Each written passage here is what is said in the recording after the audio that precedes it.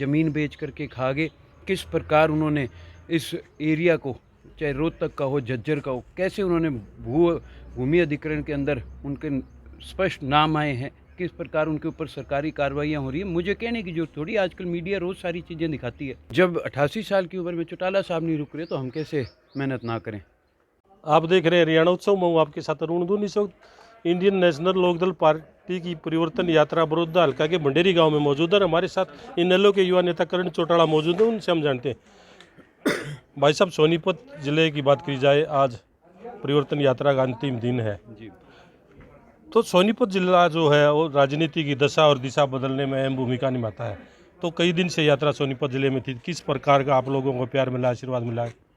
यहाँ पर जब यात्रा लेकर के पहुँचे और जिस प्रकार से लोगों से जनसंपर्क हुआ, लोग भी इस बात से दुखी थे, कह रहे थे बीच में हुड्डा साहब ने हमारे को इस बात पे बुला लिया कि भाई हम, मेरा गढ़ है, आप लोग तो मेरे हो। लेकिन यहाँ पर असल मायने में ना तो उन 10 सालों में कोई काम हुए, ना इन 8.5 सालों में कोई काम हुए।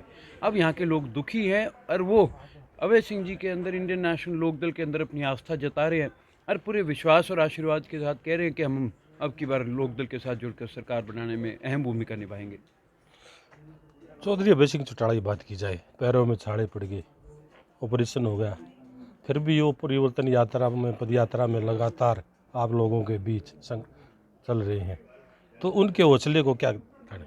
जब हमने इस यात्रा की प्लानिंग करी थी, हमने इस यात्रा की चर्चा चौटाला साहब से करी और जब एक दिन मीटिंग हुई कमेटी की जो इस यात्रा को देख रही है, तब चौटाला साहब ने उस मीटिंग के आखिर में एक बात कही कि ये तुम्हारी यात्रा मैं ना कर लूँ। जब बस 88 साल की उम्र में उनमें इतना हौसला है तो उनको देख करके प्रेरणा मिलती है और अभय सिंह जी को देख करके हमारे को प्रेरणा मिलती है, तभी लगातार इस यात्रा में जुड़े हुए उनके साथ चल रहे हैं। बात की जाए 2024 का चुनाव नज़दीक है, बहुत से हलकों से आपकी यात्रा गुजरी है, तो क्या लग रहा है 2024 में इनेलो के प्रति जनता का किस प्रकार का आशीर्वाद रहेगा? बिल्कुल, अब बहुत ज़्यादा आशीर्वाद रहेगा और इंडियन नेशनल लोकदल अपनी सरकार बनाएगी। पेंशन को लेकर भी एक मुद्दा गरमाया हुआ है, अभी सीएम साहब का भी बयान आया है। अगर वो 3,000 रुपये से ज़्यादा पेंशन नहीं करेंगे, क्या 1900 की बात दुष्यंत चौटाला ने की है? हमारा कहना है कि हम 7500 करेंगे, ये तो पता नहीं 3100 कब तक करेंगे। अभी तक तो 2750 ही है, कहा तो इन्होंने 3100 का था। हमारा ये फैसला है इंडियन नेशनल लोकदल की सरकार बनने पर, पहली कलम से जो काम होगा वो 7500 पेंशन होगा। महिलाओं के हर महीने एक मुफ्त सिलेंडर, 1100 रुपये उनको हर महीने उनका किचन का खर्चा चलाने के लिए, घर चलाने के लिए। और बेरोज़गार युवाओं के लिए किस प्रकार नौकरियों के प्रबंध करे जाएँ, सबसे अहम ये 3 काम होंगे, इनके ऊपर कार्रवाई होगी। और इन सरकारों की तरह 5-5 साल नहीं लगाएंगे, सरकार के पहले 3 महीने के अंदर इन सारी चीज़ों पे फैसले लिए जाएंगे। बीजेपी भी दावा कर रही है, दुष्यंत चौटाला, दिग्विजय चौटाला दावा कर रहे हैं प्रदेश के मुख्यमंत्री बनेंगे दुष्यंत चौटाला, तो क्या 1900 रुपये पहली कलम से ही पेंशन कर देंगे? करें, अच्छी बात है, बने तो सही पहले। ये तो जनता बढ़ाने वाली है, जनता बताएगी कि अब की बार कौन बनेगा। क्या लगता है आपको कि उनके दावे में कितनी सच्चाई है मुख्यमंत्री बनने को लेकर? आप जनता के बीच में मेरे से ज़्यादा जाते हैं। आप भी जनता के बीच में रहते हैं। मैं रहता हूँ, लेकिन आप जनता से सवाल जवाब करते हैं। आपको जनता का रवैया नहीं पता उनके प्रति क्या हो चुका है, मुझे क्यों कहलवा रहे हो। भूपेंद्र सिंह हुड्डा भी दावा कर रहे हैं 10 साल का जो उनका राजकाज था, जनता उनको अब तक याद कर रही है, उन्होंने ऐसे काम किया अपनी सरकार में। बिल्कुल, जनता उनको बहुत अच्छी तरह याद कर रही है कि उन्होंने कुछ नहीं किया, सिर्फ जनता के बीच में गए, हरियाणा की ज़मीन बेच करके खा गए। किस प्रकार उन्होंने इस एरिया को, चाहे रोहतक का हो, झज्जर का हो, कैसे उन्होंने भूमि अधिग्रहण के अंदर उनके स्पष्ट नाम आए हैं, किस प्रकार उनके ऊपर सरकारी कार्रवाइयाँ हो रही हैं। मुझे कहने की ज़रूरत थोड़ी, आजकल मीडिया रोज़ सारी चीज़ें दिखाती है।